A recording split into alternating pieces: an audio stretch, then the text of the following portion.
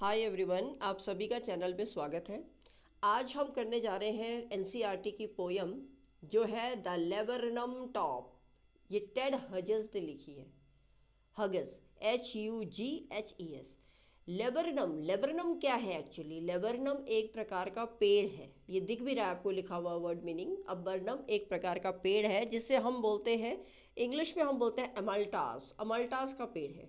तो इसी के ऊपर पोयम बनी है। Let's see what's written inside it, है ना। तो पहले पढ़ते हैं।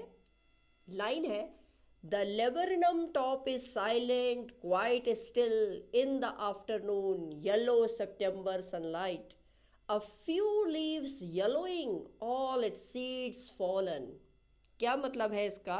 कि सितंबर के महीने में, ये बात कर रहे हैं कि सितंबर के महीने में दोपहर की पीली धूप पड़ी है, क्योंकि वो बोल रहे हैं ना इन द आफ्टरनून येलो। तो इन द आफ्टरनून येलो का मतलब है दोपहर की बिल्कुल पीली धूप पड़ी है सितंबर के महीने में। और इसमें जो लेबरनम मतलब ये जो अमल्टास का जो पेड़ है उसका जो चोटी है वो, क्योंकि कह रहे हैं ना टॉप, उसकी जो टॉप है, जो चोटी है, टॉप है उस पेड़ का, वो क्या हो चुका है? बिल्कुल स्टिल है। स्टिल मतलब बिल्कुल चुपचाप है, शांत है, स्थिर है।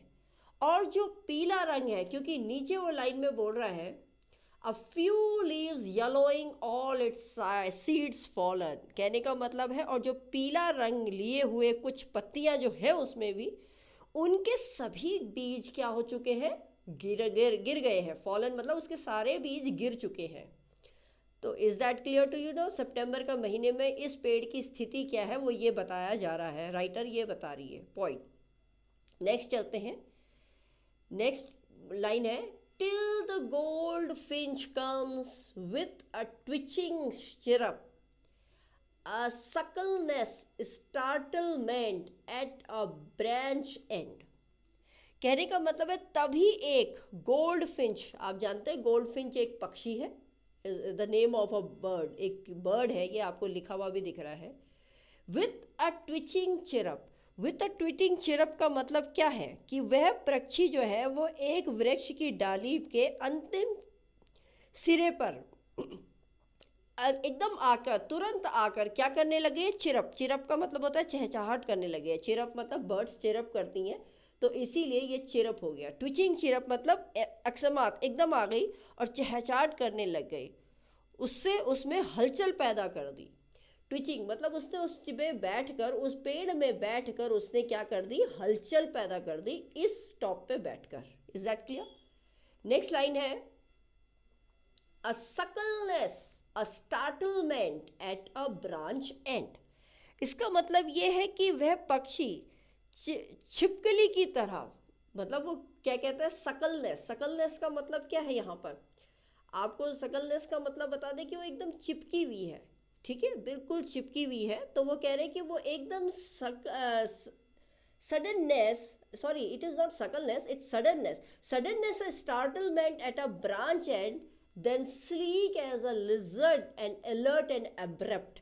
कहने का मतलब है, और वो पक्षी जब पेड़ पे चढ़ गई है, फिर वह पक्षी छिपकली की तरह फिसल कर, चौकस होकर, अब फुर्ती से फिर गहना, मतलब फिर से वो क्या कहती है? गहनाते हुए वे प्रवेश कर जाती है। मतलब जो पेड़ है उसकी बेल की, पेड़ जो है, ये जो पेड़ है उसकी बेल पे लग जाती है। शी एंटर्स द थिकनेस, ये कह रहा है ना, she enters the thickness and a machine starts up.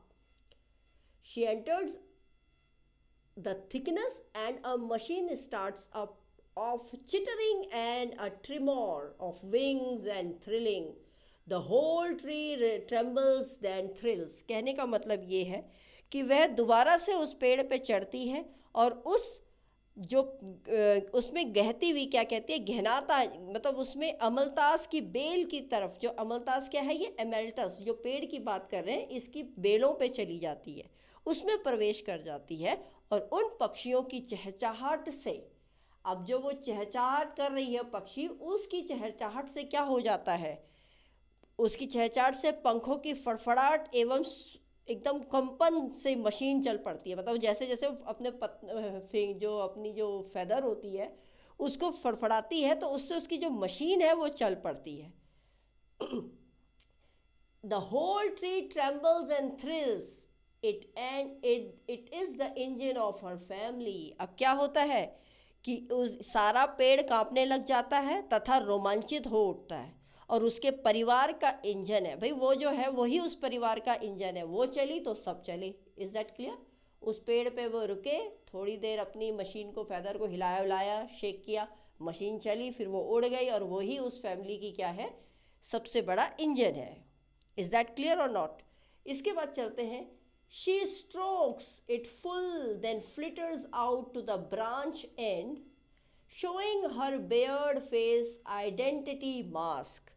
कहने का मतलब है वो पूर्णतः स्वरूप क्या करती है, कलरव से भर देती है। Is that clear? मतलब वो पूरी तरीके से किससे भर जाती है, कलरव। क्योंकि वो यहाँ पर बोल रहा है कि she strokes in full, strokes का मतलब यहाँ पर कलरव है, और उसको सहलाती रहती है। फिर झटके के साथ शाखा के एक छोर पर बाहर आ जाती है। मतलब पेड़ की जो ब्रांच की एक एंड है उससे फिर वो एकदम बाहर आ जाती है। उसका ये जो घाटी नुमा परिचित है मुखौटा दिखाई देता है। कहने का मतलब है बेयर्ड हर आइडेंटिटी मास्क, जो उसका ढका हुआ चेहरा है अब वो क्या है, अकवर्ड फेस जिसे हम बोलते हैं, वो हट चुका है और पहचान का मुखौटा उसका क्या हो चुका है, दिख गया है कि वो कैसी दिखती है। Is that clear? Next line है इसमें, then with airy delicate whistle chirrup whispering she launches away towards the infinite and laburnum subsidized to empty.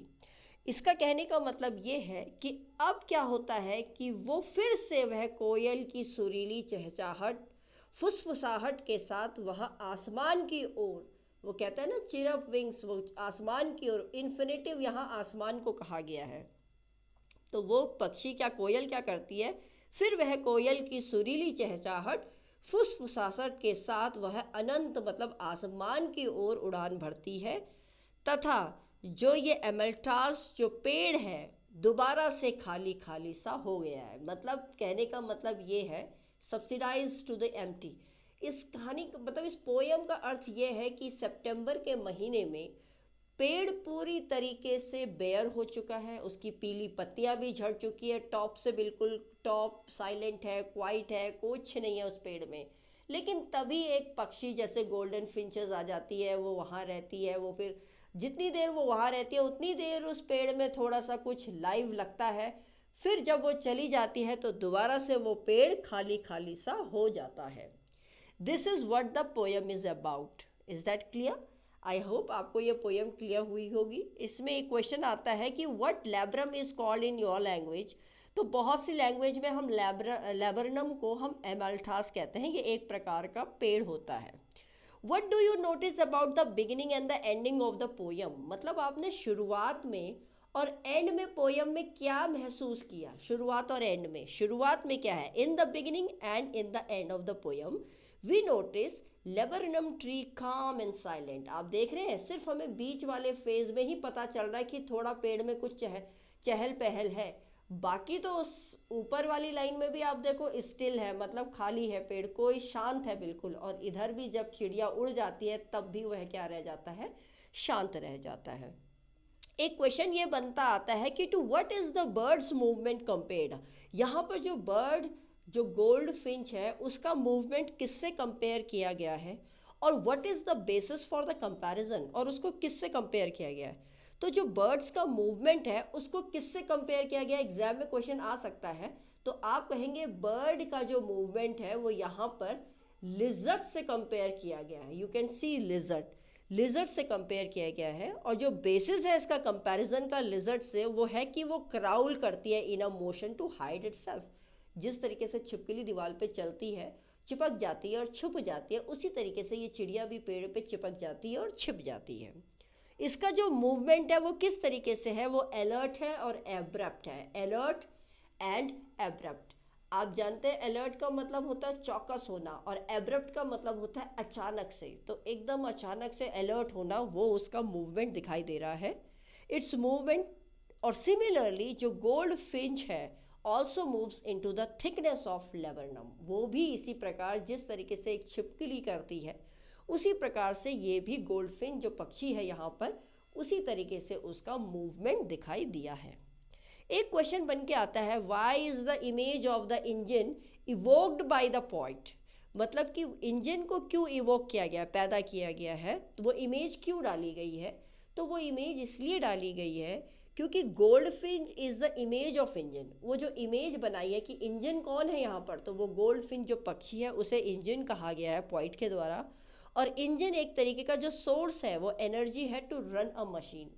यहाँ गोल्डफिंच को मशीन इंजन कहा गया है और इंजन का मतलब होता है एक मशीन जिसके अंदर क्या हो, एनर्जी हो, जिससे वो मशीन चल सके। आपको क्या लगता है कि पोयम में आपको क्या सबसे ज़्यादा पसंद आया? What do you like most about the poem? तो yes, I like the poem for the colourful presentation. इस पोयम में बहुत ज़्यादा कलरफुल प्रेजेंटेशन दिया गया है। चर्पिंग, गोल्डफिंच की चर्पिंग बताई गई है। चर्पिंग का मतलब है किस तरीके से चहचहा रही है गोल्डफिंच। उसके बाद यहाँ पर लेबरनम जो पेड़ है उसका किस तरीके से सनलाइट में वो पीला पड़ गया है ये दिखाया गया है। तो ये चीज़ें ज़्यादा अच्छी लगी।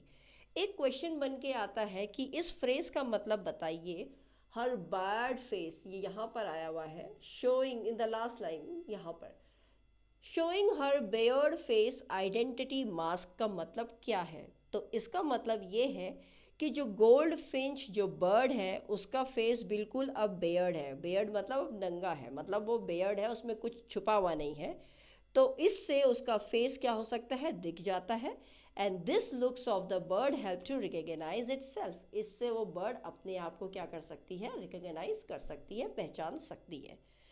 आई hope the video is clear to you. ये पोएम आपको क्लियर भी होगी। अगर आपको ये पसंद आई, अच्छी लगी, और वीडियोस आपको एनसीईआरटी से रिलेटेड चाहिए for your LT any level of exam, PGT, TGT, then please like and share this channel and subscribe. Don't forget to subscribe the button and notifying button. Thanks for watching the video. Till then, bye. Take care.